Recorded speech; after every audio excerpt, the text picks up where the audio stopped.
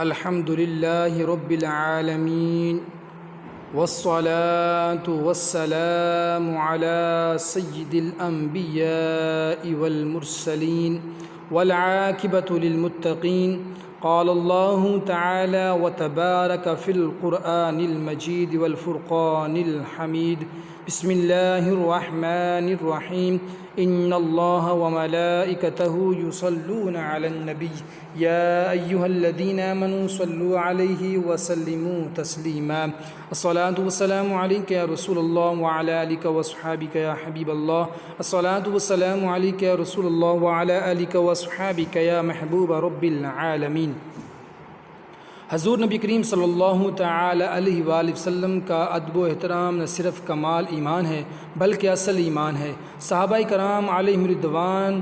کی سیرت کا مطالعہ کیا جائے تو معلوم ہوتا ہے کہ ان کی ہر ایک ادا اور عمل ادب مصطفیٰ میں رجا بسا تھا. یہی وجہ ہے کہ صحابہ کرام رضی اللہ تعالی عنہم کی افضیلت کے حوالے سے حضور نبی کریم صلی اللہ تعالی علیہ وآلہ وسلم نے ارشاد فرمایا، اللہ تعالیٰ نے کوئی قلب میرے صحابہ کے قلوب سے زیادہ پاکیزہ نہیں دیکھا، اس لیے کہ ان کو میری صحابیت کے لیے پسند فرمایا. جو کچھ وہ اچھا سمجھے وہ اللہ تعالیٰ کے نزدیک اچھا ہے، اور جو برا سمجھیں وہ اللہ تعالیٰ کے نزدیک برا ہے. صحابہ کرام کے دلوں میں موجود اس پاکیزگی کی تقویٰ ہی کا اثر تھا کہ وہ آپ کے آداب کو ہر جگہ اور ہر وقت بجا لاتے. اگر کسی بشری تقاضے یا سادگی سے کوئی ایسی حرکت ہو جاتی جس میں ہلکا سا بے ادبی کا شبہ بھی ہوتا تو فوراً کلام الہی کے ذریعے تنبیہ اور توبیخ نازل ہوتی، جس سے سب خبردار اور ہوشیار ہو جاتے. صحابہ کرام کے قلوب میں آپ صلی اللہ علیہ وسلم کی تعظیم و تکریم میں اس قدر راسخ تھی کہ وہ نبی کریم صلی اللہ تعالی علیہ وآلہ وسلم کی روبرویت نہ کر سکتے تھے، اور اگر آپ صلی اللہ علیہ وسلم سے کچھ دریافت کرنا مقصود ہوتا تو کئی دنوں تک خاموش رہتے اور موقع کے منتظر رہتے، یا کسی بدو عرابی دیہاتی کے آنے کا انتظار کرتے کہ وہ آ کر رسول اللہ صلی اللہ تعالی علیہ وآلہ وسلم سے کچھ پوچھیں اور ہم سے استفادہ کریں، کیونکہ وہ حضور نبی کریم صلی اللہ تعالی وسلم کی تعظیم و اکرام کے باعث خود دریافت نہ کر سکتے تھے. آپ صلی اللہ تعالی علیہ وسلم کی مجلس میں اگر بیٹھتے تو بالکل بے حس و حرکت سر نیچے کیے ہوئے بیٹھے رہتے، نگاہ اٹھا کر بھی حضور صلی اللہ تعالی وسلم کی طرف دیکھنا بے ادبی خیال کرتے تھے. ادب ایک کیفیت قلبی کا نام ہے جس کے زیر اثر انسان سے مختلف افعال ظہور میں آتے ہیں. صحابہ کرام حضور نبی کریم صلی اللہ علیہ وسلم کا ادب کس طرح بجا لاتے ہیں، اس کو کما حق احاطہ تحریر میں لانا ناممکن ہے تاہم صحابہ کرام رضوان اللہ علیہ مجمعین کے ادب مصطفیٰ صلی اللہ تعالی علیہ وسلم پر مبنی چند اعمال و افعال کا تذکرہ کرتے ہوئے اپنے قلب روح کے لیے روشنی حاصل کرنے کی کوشش کرتے ہیں. سیدنا ابوبکر صدیق رضی اللہ تعالی عنہ اور ادب مصطفیٰ. ایک دفعہ حضرت ابوبکر صدیق رضی اللہ تعالی عنہ کے والد ابو قحافہ نے کفر کی حالت میں رسول اللہ صلی اللہ علیہ وسلم کی شان میں کوئی نشستہ کلمہ منہ سے نکالا. اس پر حضرت ابوبکر صدیق رضی اللہ تعالی نے فوراً ان کے منہ پر تماچا کھینچ مارا. رسول اللہ صلی اللہ تعالی علیہ وآلہ وسلم نے دریافت کیا تو عرض کیا، یا رسول اللہ صلی اللہ علیہ وسلم، اس وقت میرے پاس تلوار نہ تھی ورنہ ایسی گستاخی پر ان کی گردن اڑا دیتا. اس وقت آپ کی شان میں یہ آیت نازل ہوئی، لا تجد قوما یؤمنون باللہ واليوم الآخر يوادون من حاد الله ورسوله ولو كانوا آباءهم أو أبناءهم أو إخوانهم أو عشيرتهم أولئك كتب في قلوبهم الإيمان ويدهم بروح منه. آپ ان لوگوں کو جو اللہ پر اور یوم آخرت پر ایمان رکھتے ہیں کبھی اس شخص سے دوستی کرتے ہوئے نہ پائیں گے جو اللہ اور اس کے رسول صلی اللہ تعالی وسلم سے دشمنی رکھتا ہے، خواہ وہ ان کے باپ اور دادا ہوں یا بیٹے اور پوتے ہوں یا ان کے بھائی ہوں یا ان کے قریبی رشتہ دار ہوں، یہی وہ لوگ ہیں جن کے دلوں میں اس اللہ نے ایمان ثبت فرما دیا ہے اور انہیں اپنی روح یعنی فیض خاص سے تقویت بخشی ہے۔ حضرت ابوبکر صدیق رضی اللہ تعالیٰ عنہ حضور نبی کریم صلی اللہ علیہ وسلم کی محبت میں فنا تھے اور آپ صلی اللہ علیہ وسلم سے نسبت رکھنے والی ہر چیز سے محبت اور اس کا ادب ان کے ایمان کا حصہ تھا۔ آغاز خلافت میں ممبر پر بیٹھ کر خطبہ دینے لگے تو ممبر جس درجے پر رسول اللہ صلی اللہ علیہ وسلم بیٹھ کر خطبہ ارشاد فرمایا کرتے تھے، حضرت ابوبکر صدیق رضی اللہ تعالیٰ عنہ ادباً اس سے نچلے درجے پر بیٹھے۔ بعد ازاں حضرت عمر رضی اللہ تعالیٰ عنہ اپنے ایام خلافت میں اس ممبر پر بیٹھ کر خطبہ دینا چاہا تو وہ اس درجے سے بھی نیچے کے درجے پر بیٹھے جہاں سیدنا ابوبکر صدیق رضی اللہ تعالیٰ عنہ بیٹھتے تھے، کیونکہ ان کے نزدیک مقام رسول صلی اللہ تعالی علیہ وآلہ وسلم کے ادب کے ساتھ خلیفہ رسول اللہ صلی اللہ تعالی وسلم کے مقام کا ادب بھی واجب تھا۔ حضرت عمر فاروق رضی اللہ تعالی عنہ اور ادب مصطفیٰ۔ حضرت عباس رضی اللہ تعالیٰ عنہ کے مکان کی چھت پر ایک پرنالہ تھا۔ ایک روز حضرت عمر رضی اللہ تعالیٰ عنہ کپڑے ہوئے مسجد جا رہے تھے۔ جب اس پرنالے کے قریب پہنچے تو اتفاقاً سے اس دن حضرت عباس رضی اللہ تعالیٰ عنہ کے گھر 2 مرغ ذبح کیے جا رہے تھے۔ ان کا خون نالے سے نیچے بہہ رہا تھا۔ اس خون کے چند قطرے حضرت عمر فاروق رضی اللہ تعالیٰ عنہ کے کپڑوں پر پڑ گئے۔ آپ نے فوراً اس نالے کے اکھاڑ ڈالنے کا حکم صادر فرمایا تاکہ یہاں سے گزرنے والوں کے کپڑے اس سے خراب نہ ہوں۔ لوگوں نے فوراً اس پر نالے کو اکھاڑ دیا اور آپ گھر واپس آ کر دوسرے کپڑے پہن کر مسجد میں تشریف لائے۔ نماز کے بعد حضرت عباس رضی اللہ تعالیٰ عنہ آپ کے پاس آ کر کہنے لگے، یا امیر المومنین، خدا کی قسم، اس پر نالے کو جس سے آپ نے اکھاڑ ڈالا ہے، رسول اللہ صلی اللہ علیہ وسلم نے اپنے دست مبارک سے اس جگہ لگایا تھا۔ حضرت عمر رضی اللہ تعالیٰ عنہ سن کر نہایت مضطرب اور پریشان ہوئے۔ تھوڑی دیر کے بعد آپ رضی اللہ تعالیٰ عنہ نے عباس رضی اللہ تعالیٰ عنہ کو فرمایا، عباس، میں تم کو قسم دیتا ہوں کہ آپ اپنے پاؤں میرے کندھے پر رکھ کر اس پر نالے کو جیسا حضور صلی اللہ تعالی وسلم نے لگایا تھا اسی جگہ پر لگا دو۔ چنانچہ حضرت عباس رضی اللہ تعالیٰ عنہ نے حضرت عمر فاروق رضی اللہ تعالیٰ عنہ کی درخواست پر اس کو پہلی جگہ پر لگا دیا۔ حضرت عمر فاروق رضی اللہ تعالیٰ عنہ اور حضرت عباس رضی اللہ تعالیٰ عنہ کے دل میں موجود محبت اور عظمت ادب مصطفیٰ صلی اللہ علیہ وسلم کا یہ عالم تھا کہ آپ صلی اللہ تعالی علیہ وسلم کے ہاتھوں سے لگے ہوئے پر نالے کو بھی اس کی جگہ سے ہٹانا بے ادبی سمجھتے تھے۔ حضرت عثمان غنی رضی اللہ تعالیٰ عنہ اور ادب مصطفیٰ صلی اللہ تعالی علیہ وآلہ وسلم۔ حضرت عثمان غنی رضی اللہ تعالیٰ عنہ کا دل محبت و عدم مصطفیٰ صلی اللہ علیہ وسلم سے اس حد تک معمور تھا کہ جب آپ رضی اللہ تعالیٰ عنہ کو نبی کریم صلی اللہ علیہ وسلم نے حدیبیہ کے موقع پر سفیر بنا کر مکہ بھیجا تو آپ رضی اللہ تعالیٰ عنہ نے کفار مکہ کی اجازت کے باوجود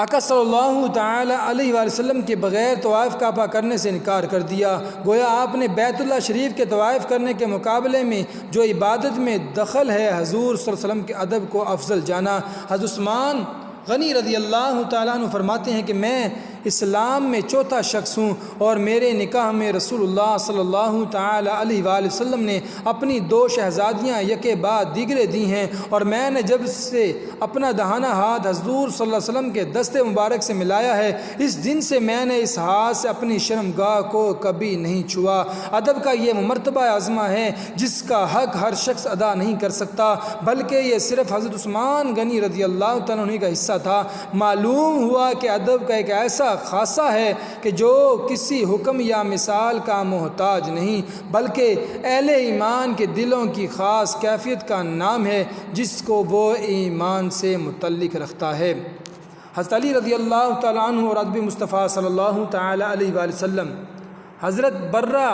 بن عاجز رضی اللہ تعالیٰ عنہ سے مروی ہے کہ حضرت علی کرم اللہ وجہ الکریم نے وہ صلح نامہ لکھا جو رسول اللہ صلی اللہ تعالی وسلم اور کفار کے درمیان حدیبیہ کے دن ہوا تھا۔ اس عہد نامہ کی عبارت میں حضور نبی کریم صلی اللہ علیہ وسلم کی طرف سے محمد رسول اللہ صلی اللہ علیہ وسلم کے الفاظ لکھوانے پر مشرکوں نے کہا کہ لفظ رسول اللہ نہ لکھو کیونکہ اگر آپ اگر ہم آپ کی رسالت کو تسلیم کرتے تو پھر لڑائی کیا تھی؟ اس پر رسول اللہ صلی اللہ علیہ وسلم نے حضرت علی کرم اللہ وجہ الکریم سے فرمایا اس لفظ کو کاٹ دو۔ ادب اور تعظیم کو ترجیح دیتے ہوئے انہوں نے عرض کیا کہ میں وہ شخص نہیں ہوں جو اس لفظ کو کاٹے، لہٰذا حضور نبی کریم صلی اللہ علیہ وسلم نے خود اس کو اپنے ہاتھ سے کاٹ دیا۔ غور کرنے کا مقام ہے کہ رسول اللہ صلی اللہ علیہ وسلم نے حضرت علی کرم اللہ وجہ الکریم کو لفظ رسول اللہ مٹانے کا حکم دیا، مگر حضرت علی رضی اللہ تعالیٰ نے معذرت کا اظہار کر دیا، حالانکہ اللہ تعالیٰ کا فرمان ہے کہ وَمَا آتَاكُمُ الرَّسُولُ فَخُذُوهُ وَمَا نَهَاكُمْ عَنْهُ فَانْتَهُوا،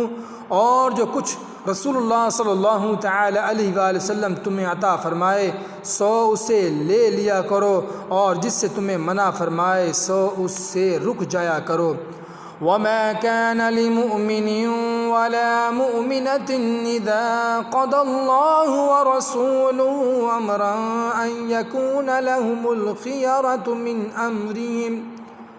وَمَن يَعْصِ اللَّهَ وَرَسُولَهُ فَقَدْ ضَلَّ ضَلَالًا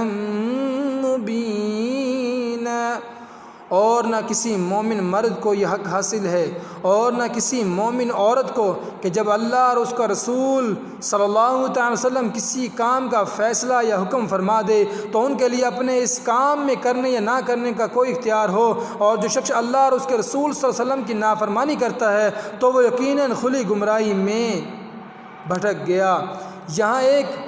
شبہ پیدا ہوتا ہے کہ صحابہ کرام رضوان اللہ علیہ مجمعین سے حکم عدولی کا تصور تک بھی نہیں کیا جا سکتا۔ یہ اصحاب تو وہ تھے کہ جو ایک اشارہ پر جان تک قربان کر دیتے تھے۔ پھر کیا وجہ تھی کہ حضور نبی کریم صلی اللہ علیہ وسلم کے بنفس نفیس خود حکم فرمانے کے باوجود حضرت علی رضی اللہ تعالی عنہ آپ کے حکم کو نہیں مان رہے تھے؟ اس کا جواب یہ ہے کہ یہ حکم عدولی نہیں، اس لیے کہ اگر یہ بات ہوتی تو خود حضور نبی کریم صلی اللہ تعالی علیہ وسلم ان کی تو بھی فرما دیتے یا کوئی آیت نازل ہو جاتی، مگر ایسا کچھ بھی نہ ہوا، اس لیے کہ صحابہ کرام علیہم رضوان اجمعین سچے دل سے ادب مصطفیٰ کو بجا لاتے۔ اس ادب کے مقابلے میں اس طرح کے حکم عدولی جس کا ادب و تعظیم نبی کریم صلی اللہ تعالی علیہ وآلہ وسلم ہی ہو کوئی معنی نہیں رکھتی، اس لیے کہ صحابہ کرام علیہم رضوان کے دلوں میں وقت عظمت مصطفیٰ صلی اللہ تعالی علیہ وآلہ وسلم کامل طور پر موجود تھی۔ صحابہ کرام علیہم رضوان کے دلوں پر ادب کا اس قدر تسلط تھا کہ محبوب صلی اللہ تعالی علیہ وآلہ وسلم اگر کسی ایسے کام کا حکم دیں جس کا کرنا ان کی اپنی نظر میں انہیں محبوب صلی اللہ علیہ وسلم کا بے ادب بنا دے تو وہ ادب کو ترجیح دیتے ہوئے ایسے حکم کی اطاعت پر معذرت کا اظہار کر دیتے ہیں۔ گویا نص قطعی کے مقابلے میں بھی ادب ہی کو ترجیح ہے۔ اس تمام واقعے سے اس امر کی صراحتاً وضاحت ہو گئی کہ دین سارا ادب ہی کا نام ہے۔ حضرت علی کرم اللہ وجہ الکریم کا عمدن نماز عصر کو ترک کر دینا محض اس خیال سے کہ اگر میں نے اپنا زانو ہلایا تو حضور نبی کریم صلی اللہ تعالی علیہ وآلہ وسلم جو میری گود میں سر رکھے آرام فرما رہے ہیں بیدار ہو جائیں گے اور آپ کے آرام میں خلل آ جائے گا۔ صحابہ کرام علیہ رضوان کے دل و دماغ میں موجود ادب مصطفیٰ صلی اللہ تعالی وسلم کی اہمیت کو واضح کرتا ہے، لہٰذا آپ رضی اللہ تعالیٰ عنہ نے محض حضور نبی کریم صلی اللہ تعالی وسلم کے ادب کی وجہ سے زانوں کو نہ ہلایا، حتیٰ کہ آفتاب غروب ہو گیا اور نماز عصر کا وقت جاتا رہا، حضور بیدار ہوئے تو حضرت علی کرم اللہ وجہ الکریم کی نماز کے فوت ہو جانے کا حال عرض کیا گیا تو حضور نبی کریم صلی اللہ علیہ وسلم نے دعا فرمائی، یا اللہ علی تیری اور میری اطاعت میں تھا، پس آفتاب کو طلوع کر دے۔ پس اسی وقت ڈوبا ہوا آفتاب پلٹ آیا۔ حضرت علی رضی اللہ تعالیٰ عنہ نے نہایت تسکین کے ساتھ نماز عصر ادا کی، پھر آفتاب حسب معمول غروب ہو گیا۔ نماز کا وقت پر پڑھنا اطاعت الہی میں شمار ہوتا ہے، مگر یہاں حضور نبی کریم صلی اللہ تعالی علیہ وآلہ وسلم نے حضرت علی رضی اللہ تعالیٰ عنہ کے کمال ادب کو دیکھتے ہوئے ان کے اس عمل کو نہ صرف اپنی اطاعت بلکہ اطاعت الہی میں شمار فرمایا، اور پھر اس ادب مصطفیٰ صلی اللہ تعالی علیہ وآلہ وسلم کا اجر بھی انہیں سورج واپس پلٹاتے ہوئے عصر کی نماز قضا کے بجائے وقت پر پڑھوا کر عطا کیا۔ حضرت برہ بن عازب رضی اللہ تعالی عنہ اور ادب مصطفیٰ صلی اللہ تعالی علیہ وآلہ وسلم عبد بن فیروز رضی اللہ تعالیٰ عنہ سے مروی ہے کہ حضرت برہ بن عازب رضی اللہ تعالیٰ عنہ سے میں نے پوچھا کہ کن جانوروں کی قربانی درست نہیں؟ انہوں نے کہا کہ رسول اللہ صلی اللہ تعالی علیہ وآلہ وسلم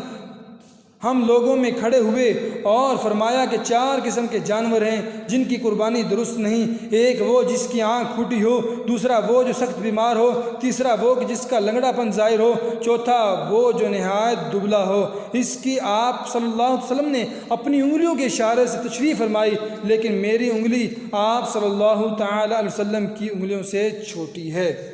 مطلب یہ ہے کہ رسول اللہ صلی اللہ علیہ وسلم نے خطبہ میں دستے مبارکہ کے اشارے سے تعبین کرتے ہوئے فرمایا کہ 4 جانور ہیں جن کی قربانی درست نہیں ہے، پھر ان کی تفصیل بیان فرمائی۔ تو آپ رضی اللہ تعالیٰ عنہ نے جب اس واقعے کو بیان کیا تو ادب نے اجازت نہ دی کہ رسول اللہ صلی اللہ تعالی وسلم کے دستے مبارک کی ہلکی سی بھی مشاہبت اپنے ہاتھ سے دی جائے، لہٰذا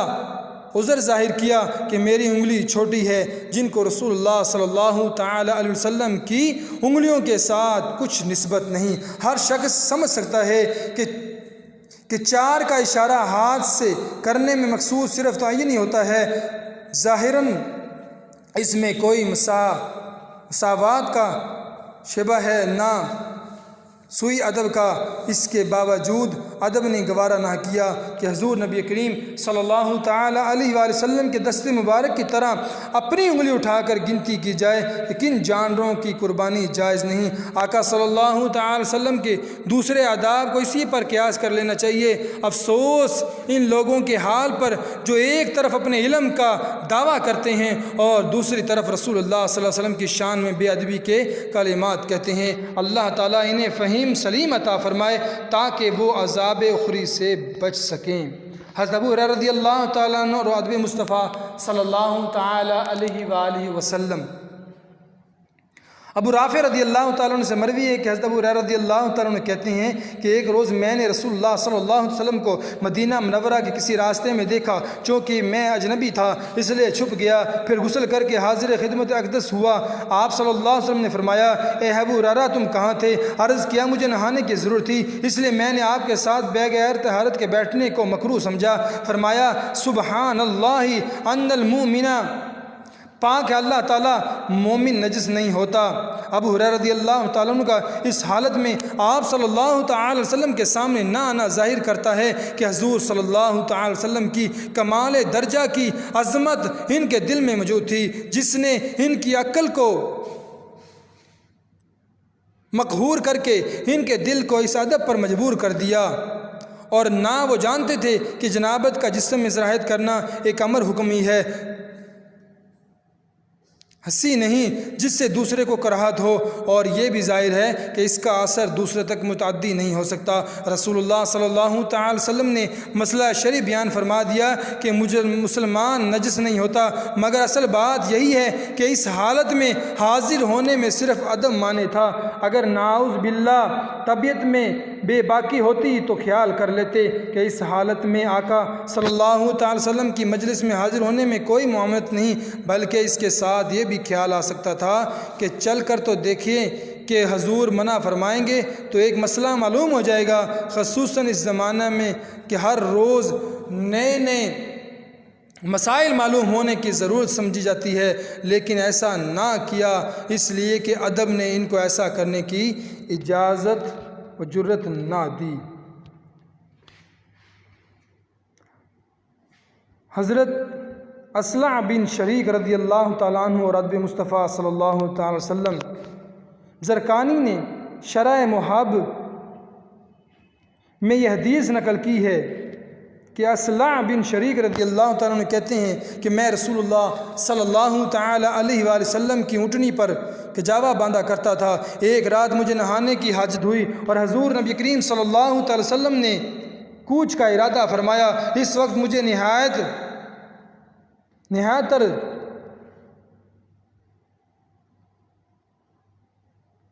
تردد ہوا کہ اگر ٹھنڈے پانی سے نہاؤں تو سردی سے مر جانے یا بیمار ہو جانے کا خوف ہے، اور یہ بھی گوارا نہیں کہ ایسی حالت میں خاص سواری مبارکہ کا کجاوا اونٹنی پر باندھوں۔ مجبوراً کسی انصاری شخص سے کہہ دیا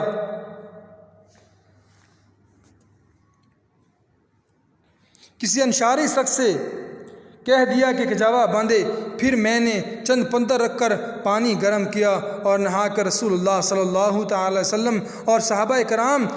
رضوان اللہ علیہم اجمعین سے جا ملا۔ حضور نبی کریم صلی اللہ تعالی وسلم نے فرمایا، اے اصلع، کیا وجہ ہے کہ تمہارا بندھا ہوا کجاوا آج ہل رہا ہے؟ عرض کیا، یا رسول اللہ صلی اللہ علیہ وسلم، میں نے نہیں باندھا تھا۔ فرمایا، کیوں؟ عرض کیا، اس وقت مجھے نہانے کی حاجت تھی اور ٹھنڈے پانی سے نہانے میں جان کا خوف تھا، اس لیے کسی اور کو باندھنے کے لیے کہہ دیا تھا۔ اصلع رضی اللہ تعالیٰ عنہ کہتے ہیں کہ اس کے بعد سفر میں تیمم کرنے کی اجازت کا حکم نازل ہوا۔ سبحان اللہ، کیا ادب تھا کہ جس کجاوا میں رسول اللہ صلی اللہ علیہ وسلم تشریف رکھتے تھے، اس کی لکڑیوں کو حالت نجابت میں ہاتھ لگانا بھی گوارا نہ تھا۔ اگر انصاف دیکھا جائے تو اس کا منشا محض ایمان دکھلائی دے گا، جس نے ایسے پغیزہ خیالات ان حضرات کے دلوں میں پیدا کر دیے تھے، ورنہ ظاہر ہے کہ نہ عموماً اس قسم کے امور کی تعلیم تھی، نہ صراحتاً ترغیب تحریص الحاصل۔ جب ان لکڑیوں کا اس قدر ادب کیا گیا تو معلوم ہوا گیا کہ انبیاء اولیاء کا جس قدر بھی ادب کیا جائے محمود ہے۔ حضرت خالد بن ولید رضی اللہ تعالیٰ عنہ اور حضرت مصطفیٰ صلی اللہ تعالیٰ علیہ وآلہ وسلم ایک جنگ میں حضرت خالد بن ولید رضی اللہ تعالیٰ عنہ کی ٹوپی گر پڑی۔ آپ رضی اللہ تعالیٰ عنہ نے اس کے حصول کے واسطے سخت جنگ کی۔ بعد میں آپ رضی اللہ تعالیٰ عنہ سے پوچھا گیا کہ ایک ٹوپی کی خاطر آپ رضی اللہ تعالیٰ عنہ نے کیوں اتنی تنگ دو کی؟ فرمایا، میں نے یہ فعل ٹوپی کے واسطے نہیں کیا، بلکہ اس لیے کہ اس ٹوپی میں حضور نبی کریم صلی اللہ تعالی وسلم کے چند منہ مبارک تھے، لہٰذا میں نے ان منہ مبارک کے واسطے اتنی لڑائی کی کہ تاکہ وہ ضائع نہ ہو اور میں ان کی برکت سے محروم نہ ہو جاؤں۔ حضرت عبداللہ بن عمر رضی اللہ تعالیٰ عنہ کو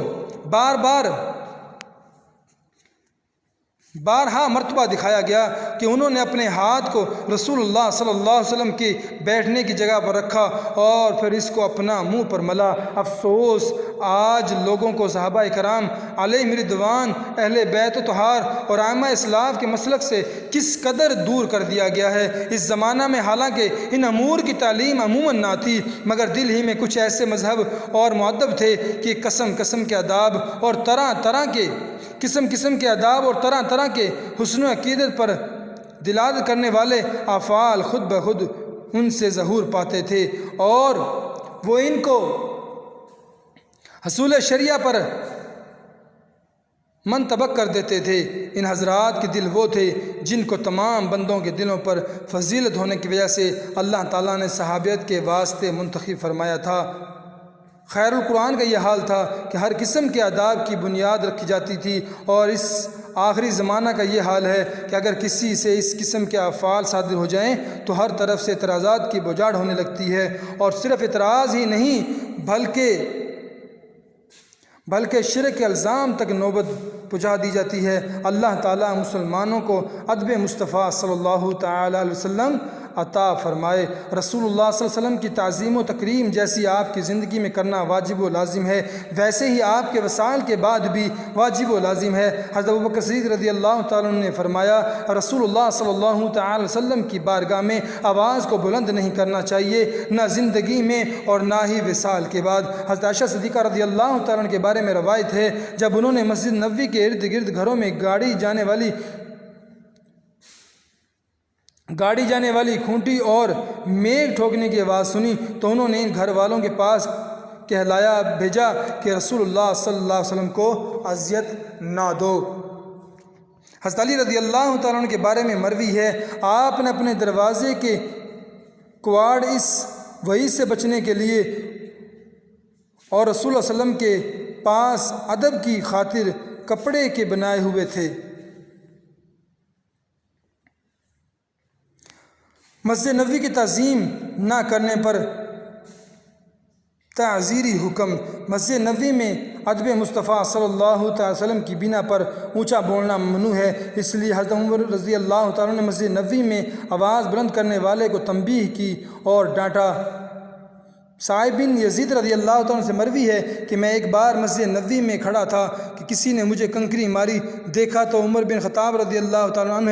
کہا جاؤ اور ان دو افراد کو لے کر آؤ۔ جب ان دونوں کو میں ان کے پاس لے گیا تو پوچھا تم کون ہو، کہاں سے ہو؟ انہوں نے کہا کہ ہم طائف کے ہیں۔ آپ رضی اللہ تعالیٰ نے فرمایا اگر تم اس شہر سے ہوتے تو میں تم کو ضرور اذیت پہنچاتا اور مارتا، اس واسطے کہ تم مسجد نبوی میں آواز بلند کرتے ہو۔ اس حدیث سے ظاہر ہوا کہ مسجد نبوی میں کوئی شخص آواز بلند نہیں کر سکتا، اور اگر کوئی کرتا بھی تو مستحق تعزیز سمجھا جاتا ہے۔ اس ادب سے حضرت عمر فاروق رضی اللہ تعالی عنہ نے حضرت سعید بن یزید رحمۃ اللہ علیہ کو پکارا نہیں بلکہ کنکری پھینک کر اپنی طرف متوجہ کیا۔ یہ تمام ادب اسی وجہ سے تھے کہ حضور نبی کریم صلی اللہ تعالی علیہ وسلم وہاں بحیات ابدی تشریف رکھتے تھے، کیونکہ اگر لحاظ صرف مسجد ہونے کا ہو تو فی مسجد رسول اللہ صلی اللہ علیہ وسلم کہنے کی کوئی ضرورت نہ تھی۔ دوسرا قرینہ یہ ہے کہ اس تعزیر کو اہل شہر کے لیے خاص فرمایا جن کو مسجد شریف کے آداب خوب معلوم تھے۔ اگر صرف مسجد ہی کا لحاظ ہوتا تو اہل طائف بھی معذور نہ رکھتے جاتے، کیونکہ آخر وہاں بھی مسجدیں تھیں۔ امام مالک رحمۃ اللہ علیہ نے خلیفہ وقت ابو جعفر کو مسجد نبوی میں اونچی آواز میں بولنے پر ڈانٹا۔ شفاء شریف میں قاضی ایاز رحمۃ اللہ علیہ نے بسد متصل روایت کی ہے کہ امیر المومنین ابو جعفر منصور خلفائے عباسیہ سے دوسرے خلیفہ نے امام مالک رحمۃ اللہ علیہ کے ساتھ مسجد نبوی میں کسی مسئلہ میں مباحثہ کیا جس میں ان کی آواز کچھ بلند ہو گئی۔ اس پر امام مالک رحمۃ اللہ نے کہا اے امیر المومنین اس مسجد میں آواز بلند نہ کیجیے، کیونکہ اللہ تعالیٰ نے سورہ حجرات میں حضور نبی کریم صلی اللہ علیہ وسلم کے پاس آواز پست رکھنے کا حکم دیتے ہوئے ایسے لوگوں کو مدح کیا ہے جو رسول اللہ صلی اللہ تعالی وسلم کی بارگاہ میں ادب و نیاز کے باعث اپنی آوازوں کو پست رکھتے ہیں۔ انہی لوگوں کو متقی کہا گیا اور بخشش و واجر عظیم کی خوشخبری دی گئی۔ دوسری طرف ان لوگوں کی مذمت کی گئی ہے جو آپ صلی اللہ علیہ وسلم کے آداب کو ملحوظ نہیں رکھتے اور آپ صلی اللہ علیہ وسلم کی بارگاہ میں اونچی آواز میں بولتے ہیں۔ قرآن مجید کی سورہ حجرات کا حوالہ دے کر امام مالک نے فرمایا، اور حضور نبی کریم صلی اللہ تعالی علیہ وآلہ وسلم کی حرمت وصال کے بعد بھی وہی ہے جو قبل وصال کی تھی۔ امیر المومنین یہ سنتے ہی متادب اور منتدل ہو گئے، پھر پوچھا ہے عبداللہ قبلہ کی طرف متوجہ ہو کر دعا کرو یا رسول اللہ صلی اللہ علیہ وسلم کی طرف متوجہ ہو۔ آپ رحمۃ اللہ نے فرمایا حضور نبی کریم صلی اللہ علیہ وسلم کی طرف سے کیوں منہ پھیرتے ہو، وہ تو آپ کے وسیلہ ہیں اور آپ کے باپ آدم علیہ السلام کی قیامت کے روز وسیلہ ہیں، پس حضور کی طرف متوجہ ہو کر شفاعت اور سفارش طلب کیجئے کہ اللہ تعالی حضور نبی کریم صلی اللہ تعالی وسلم کی شفاعت قبول کرے گا، کیونکہ اللہ تعالیٰ فرماتا ہے وَلَوْ أَنَّهُمْ إِذْ ظَلَمُوا أَنفُسَهُمْ جَاءُوكَ فَاسْتَغْفَرُوا اللَّهَ وَاسْتَغْفَرَ لَهُمُ الرَّسُولُ لَوَجَدُوا اللَّهَ تَوَّابًا رَحِيمًا۔ اور اے حبیب صلی اللہ تعالی علیہ وآلہ وسلم اگر وہ لوگ جب اپنی جانوں پر ظلم کر بیٹھے تھے آپ کی خدمت میں حاضر ہو جاتے اور اللہ سے معافی مانگتے اور رسول اللہ صلی اللہ تعالی علیہ وسلم بھی ان کے لیے مغفرت طلب کرتے تو وہ اس وسیلہ اور شفاعت کی بنا پر ضرور اللہ کو توبہ قبول فرمانے والا نہایت مہربان پاتے۔ یہاں سے صاف ظاہر ہوا جو لوگ مراتب تعظیم اور آداب رسالت کا لحاظ رکھیں گے وہی اس وعدے میں داخل ہوں گے، برخلاف ان کے جو بے ادبی سے رسول اللہ صلی اللہ تعالی علیہ وسلم کے حضور میں بولتے ہیں ان کے نیک عمل بھی ضائع ہو جاتے ہیں۔ مصعب بن عبداللہ رضی اللہ تعالیٰ عنہ فرماتے ہیں حضرت امام مالک بن انس رضی اللہ تعالیٰ عنہ جب رسول اللہ صلی اللہ علیہ وسلم کا ذکر کرتے یا ان کے پاس حضور صلی اللہ علیہ وسلم کا ذکر کیا جاتا تو ان کے چہرے کا رنگ متغیر ہو جاتا اور نبی کریم صلی اللہ علیہ وسلم کی تعظیم کے باعث جھک جاتے، یہاں تک کہ ان کے ہم نشینیوں پر گزرتا۔ آپ رضی اللہ تعالیٰ عنہ سے ایک دن اس کی وجہ دریافت کی گئی تو آپ نے فرمایا حضور نبی کریم صلی اللہ تعالی وسلم کی رفت و شان اور عظمت مکان جو بھی جانتا ہوں، اگر تم اسے جانتے تو ہرگز تم اپنے دیکھے ہوئے پر انکار نہ کرتے۔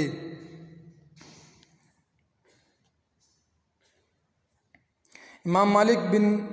انس رضی اللہ تعالیٰ عنہ جب حضور نبی کریم صلی اللہ تعالی وسلم کی کوئی حدیث بیان کرتے تو پہلے وضو کرتے، پھر نئے کپڑے پہن کر آراستہ ہوتے، پھر حدیث شریف بیان کرتے، اور جب کوئی شخص دروازے پر آتا تو لونڈی بھیج کر دریافت فرماتے تم کیوں آئے، کوئی حدیث پوچھنے آئے ہو یا مسئلہ فقہ؟ اگر وہ کہتا مسائل فقہ پوچھنے آیا ہوں تو آپ اسی حالت میں باہر آ کر اسے مسئلہ بتا دیتے، اگر وہ کہتا حدیث پوچھنے آیا ہوں تو آپ غسل فرماتے اور نئے کپڑے پہنتے، خوشبو لگاتے، امامہ باندھتے، سبز چادر اوڑھتے اور ان کے واسطے خاص اس وقت کے لیے کرسی بچھائی جاتی، پس آپ آ کر اس پر بیٹھتے اور نہایت خشوع و خضوع کے ساتھ حدیث بیان فرماتے اور جب تک حدیث بیان کرتے رہتے خوشبو سلگتی رہتی۔ عبداللہ بن مبارکہ رحمۃ اللہ علیہ فرماتے ہیں کہ میں ایک دن امام مالک رحمۃ اللہ علیہ کی خدمت اقدس میں حاضر تھا اور آپ حدیث شریف بیان فرما رہے تھے کہ آپ کے چہرہ کا رنگ زرد ہو گیا، مگر آپ نے نبی کریم صلی اللہ تعالی علیہ وآلہ وسلم کے حدیث کا بیان کرنا نہ چھوڑا۔ جب آپ حدیث بیان کرنا ختم کر چکے اور لوگ چلے گئے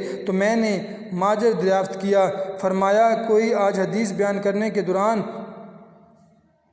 بچھو نے 16 بار کاٹا اور میں نے حدیث کی عظمت و جلال کے باعث صبر کیا۔ سبحان اللہ، ان حضرات کے دلوں میں نبی صلی اللہ علیہ وسلم کا کیسا احترام جاگزی تھا کہ 16 بار بچھو کاٹے اور اف نہ کرے، جان جائے مگر نبی کریم صلی اللہ تعالی وسلم کی توقیر میں خلل نہ آئے، بخلاف آج کل کے بعض مدعیان علم کے وہ عمدن رسول اللہ صلی اللہ علیہ وسلم کی تنقید کی شان کرتے ہیں۔ اللہ تعالیٰ ان کو ہدایت بخشے۔ اللہ تعالیٰ سے دعا ہے کہ ہمیں بھی آقا صلی اللہ تعالی علیہ وسلم کی صحیح معنوں میں ادب و احترام کرنے کی توفیق عطا فرمائے اور ان کی حدیثوں پر عمل کرنے کی توفیق عطا فرمائے اور ادب و احترام کے ساتھ ان کی حدیث پاک کو پڑھنے کی توفیق عطا فرمائے، زیادہ سے